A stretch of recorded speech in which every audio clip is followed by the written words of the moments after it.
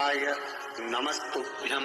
चतुर्थी का जो व्रत करने वाली होती हैं, जो चतुर्थी का पूजन करने वाली होती हैं, उनके भीतर का एक भाव होता है कि जैसे ही शाम का समय आए चंद्रदेव का पूजन करें। चंद्र जब प्रकट हो जाए, कलश भर लिया, उसके नीचे आका दाना रख दिया, चावल गेहूं जो भी आप रखते हो पूजन के लिए, ऊपर पात्र आदि रख दिया, जलाशय, फिर अपन ने घी का दिया लगाकर पूजन भी कर ली। तो जो चतुर्थी का पूजन करने वाली होती है, जो चतुर्थी का नियम व्रत धारण करने वाली होती है, बड़ी बड़ी चतुर्थियां करती हैं या उसका नियम धारण करती हैं, तो चतुर्थी का जो पूजन करती है वो किस चीज के लिए?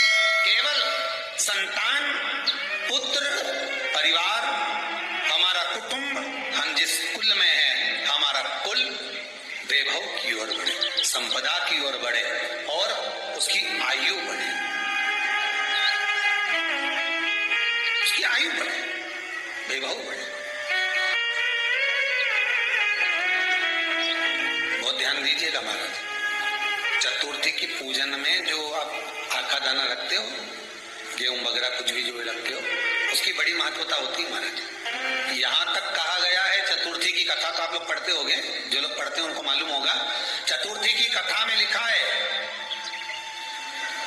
चौथ माता के व्रत में वर्णन किया गया है कि वो आखा दाना जो रखा जाता है, मान लो कोई जरूरी काम होता है तभी आखा दाना को रखा जाता है, संभाल के रखते हैं कि हम इस काम के लिए जा रहे हैं और हमारा ये कार्य सफल होना चाहिए। तो जिसने चतुर्थी का व्रत करा है, जिसने चंद्रदेव का पूजन करा, चतुर्थी का व्रत करा, वो गणेश जी से विनती करके वहां से 2-4 आखा दाना उठा ले, और जो व्यक्ति का काम अटक रहा है अपने ही घर का, पर दूसरे कुल को नहीं देना, अपने कुल के अंतर्गत जो काम अटक रहा है उसकी जेब में, उसके में उस चीज को रख दिया जाए। तो चतुर्थी जो अगली आती है, जैसे आप महीने की करते हो तो महीने की, और आप जैसे करते हो कि 4 अलग बड़ी बड़ी चतुर्थी करते हो, तो उसके अनुसार आपका कार्य सिद्ध होता ही है। उस आखे दाने का इतना महत्व होता है क्योंकि चतुर्थी का व्रत करने वाली माता जब व्रत करती है तो स्वयं चतुर्थी की कथा में लिखा हुआ है कि पार्वती जी गणेश जी से चतुर्थी की कथा बचवाती। चतुर्थी की कथा बाची किसने थी? स्वयं गणेश जी महाराज। और सुनी किसने थी? माता पार्वती। बाचने वाले गणेश जी थे, सुनने वाली माता पार्वती। तो चतुर्थी की कथा जब होती है तो उसको स्वयं गणेश जी बाच रहे हैं, तो व्रत कौन सुन रही है? माता पार्वती। और आपने जो आखा दाना लिया वो गणेश जी के भाव से लिया, गणेश जी से निवेदन करके, विनय करके, प्रार्थना करके उसको प्राप्त किया।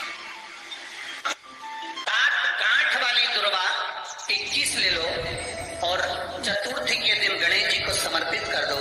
पंचमी तिथि को उस दुर्वा को उठाकर दूध में डाल दो और उस दुर्वा को दूध में डालकर उस दूध में उस दुर्वा को मल लो, और जिसके सफेद चमड़ी पड़ गई हो, चर्म रोग हो गया हो, उस दूध को उस दुर्वा के साथ, दूध नहीं भी हो तो पंचमी के दिन दुर्वा का लेपन शरीर पर कर लें। आधे घंटे तक करने पर पंचमी को प्रदोष काल में स्नान कर लें।